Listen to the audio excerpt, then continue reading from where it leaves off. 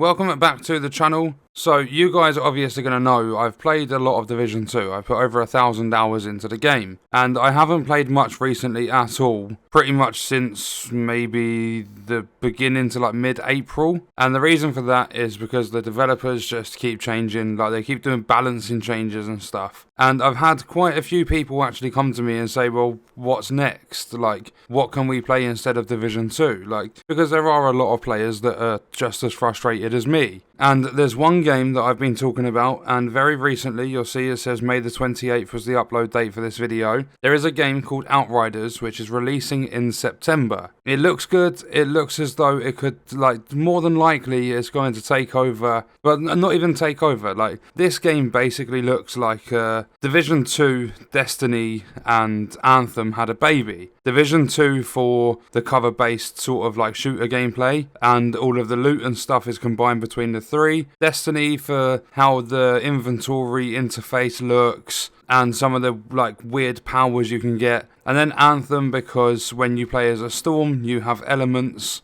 And this game, you can be a pyromancer, so you can have fire, and there's crazy sort of stuff. But this is First City gameplay. We're going to have a look at this. I'm going to like be pausing here and there. This is like a reaction to this video. And I've skipped to 2 minutes 6 because this was all like a cinematic sort of thing with like someone talking over the top and explaining what this gameplay is going to be. And this is where the gameplay actually starts. So if we make it full screen, and then if we play it, I'm going to and see what turn it down a little bit. To find Sahidi's truck. So you literally, like, the start of this gameplay, you're running away from a swarm of enemies. Like I said, sometimes you just need to run. And you'll see at the top, you have, like, this character is level 24. World Tier 1, I've seen gameplay of World Tier 3. So it's got the World Tier system. I'm not sure if that's going to work the same way as what Division does. But you can see, like, straight off the bat, there's explosions and there's blood absolutely everywhere. You can see in the like the bottom middle, you've got your like abilities, your skills. You've got your guns and stuff over the bottom right. There's accolades, which you can see underneath salvation on the left side.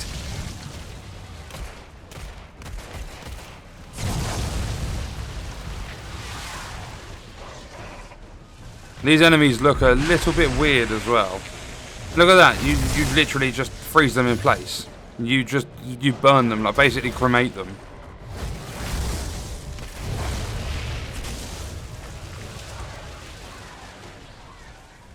It kind of reminds me a little bit of Remnant from the Ashes as well. Interact with a barrier. Let's take a quick moment to talk about a pretty important feature. UI. Well, here we go, customization. We know that screen real estate is important to shooter fans. There's a lot of information that needs to be delivered, and players have various preferences in terms of the hierarchy of information. But World Tier... We're conscious that did you see that? World Tier 6? From an RPG shooter.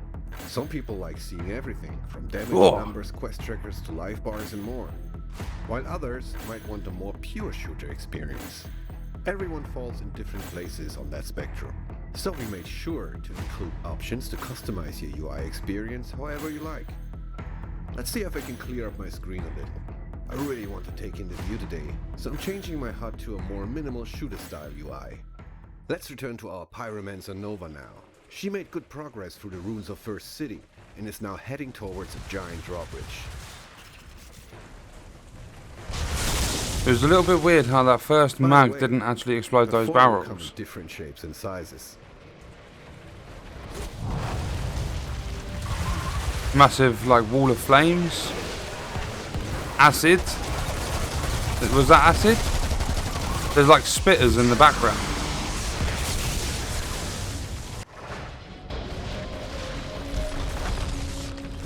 Oh, okay, this guy's blue.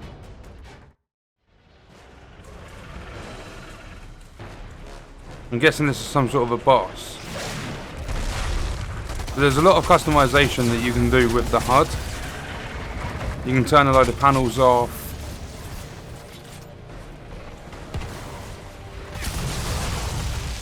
Notice in the bottom left how there's health regen as well.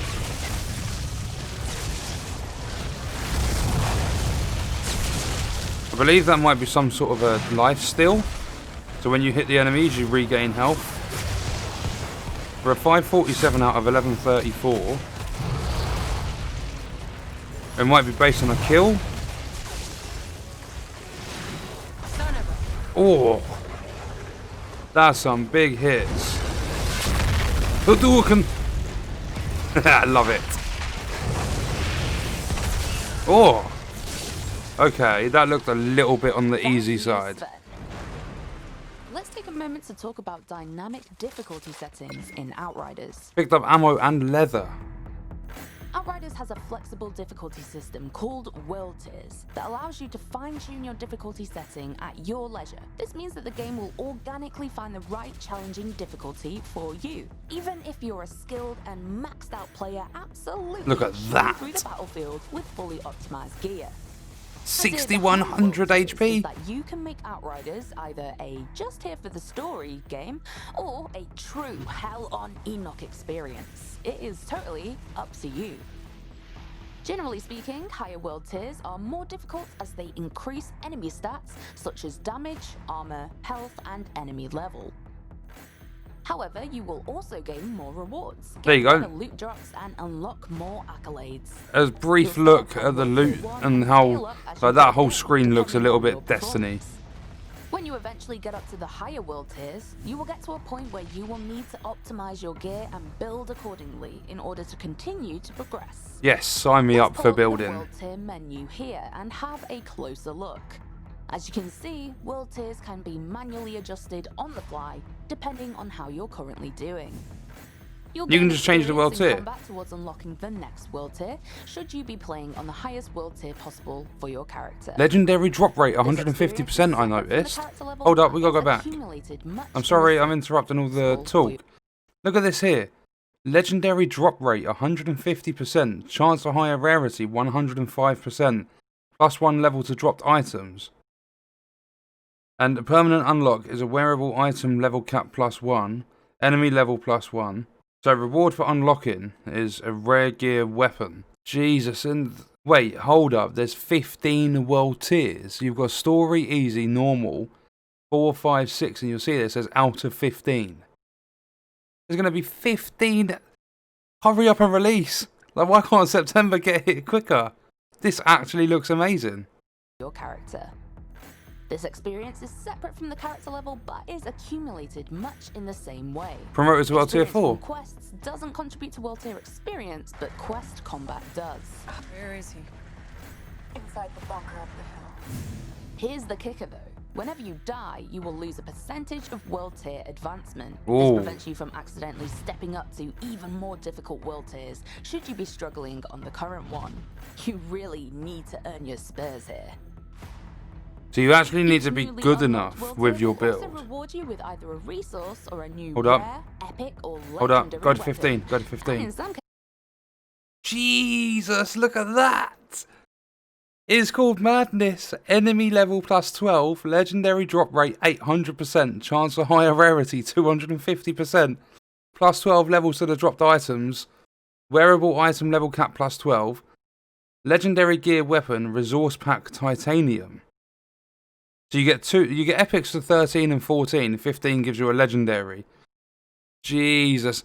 And you actually have to be good enough to progress through the world tiers. If you die, they're going to take a percentage off you, and I'm guessing that can knock you back down a level if you're dying too much. So I'm just hoping the builds do sort of lean into survivability as well, and I've seen there are 3 different classes. I believe there's the Pyromancer, I believe it's called Striker, which is like a melee sort of, if you're familiar with Anthem, it would be the Interceptor. It is like a fast sort of stealth melee class. And then I believe you have Devastator. You've got abilities like, literally like Hulk Smash. And you can basically, I can't think of how to explain it. You can move the terrain. You can sort of build yourself up into this like rock and you can launch yourself at enemies. But my god, an 800% legendary drop rate increase when you get to World Tier 15. And a 250% chance of higher rarities. Okay, let's continue.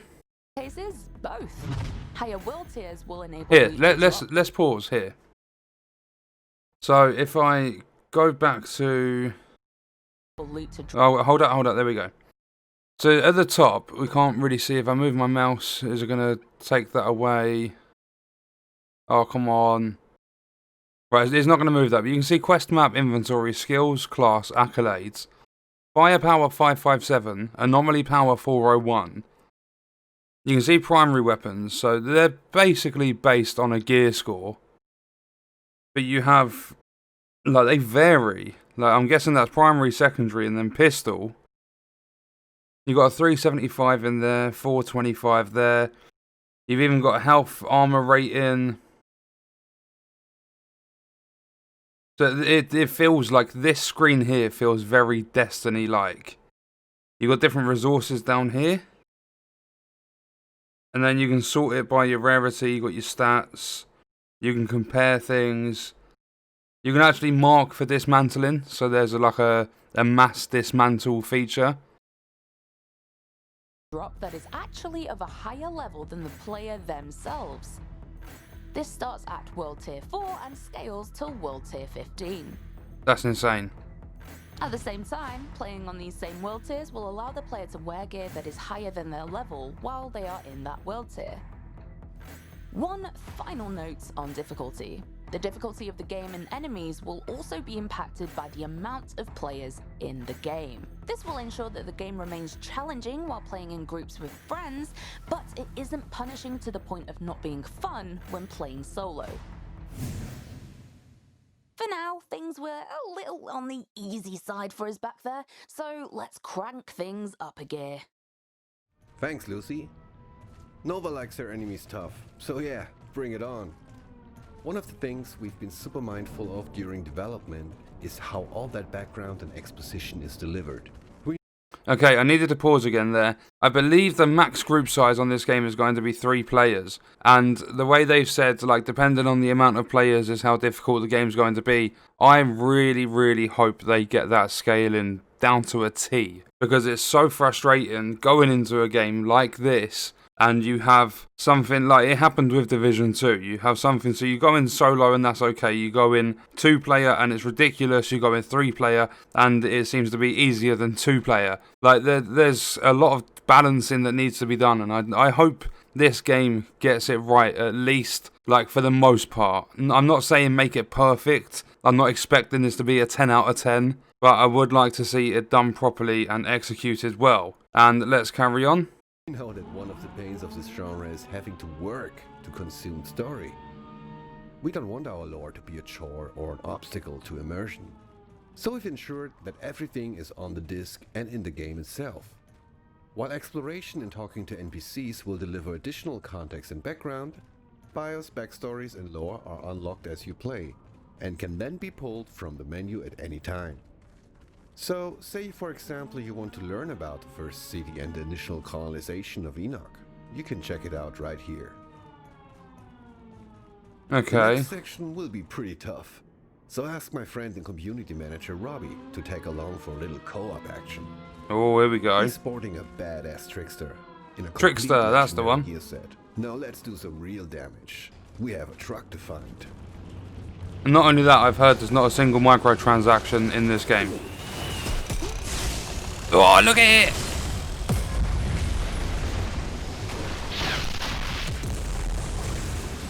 You are literally using the terrain against the enemies. Oh my god.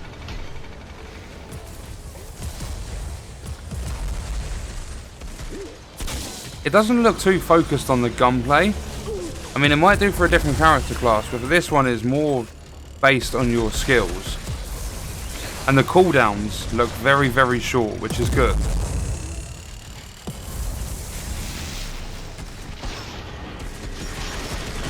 Yeah, the Trickster can actually slow down time for the enemies. Creates like a bubble, and in that bubble, time will be slowed down. Just look at the state of the enemies. And to keep some surprises for you, we're going to skip ahead a little now.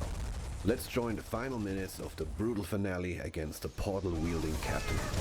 Okay, this is a boss.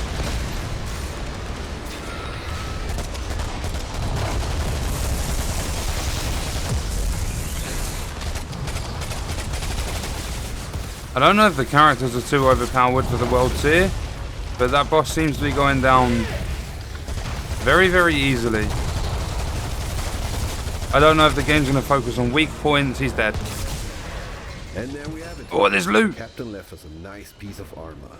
And 1044 armor. we hope you enjoyed our little trip to First City, and I see you in the next episode. Stay safe out there. Next episode, so they're going to be showing more.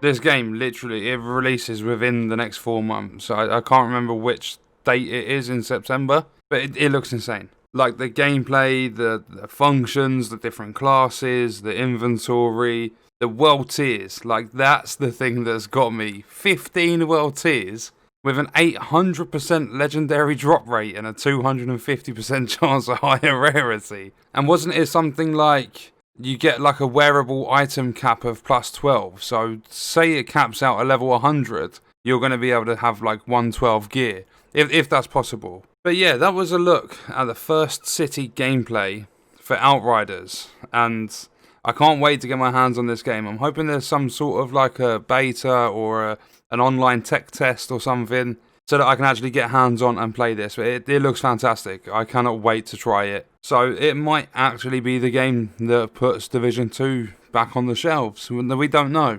And it also depends on what the Division 2 devs do. But that's going to do it for this video. Let me know your thoughts and stuff in the comments. I hope you guys enjoyed it. Thank you for watching.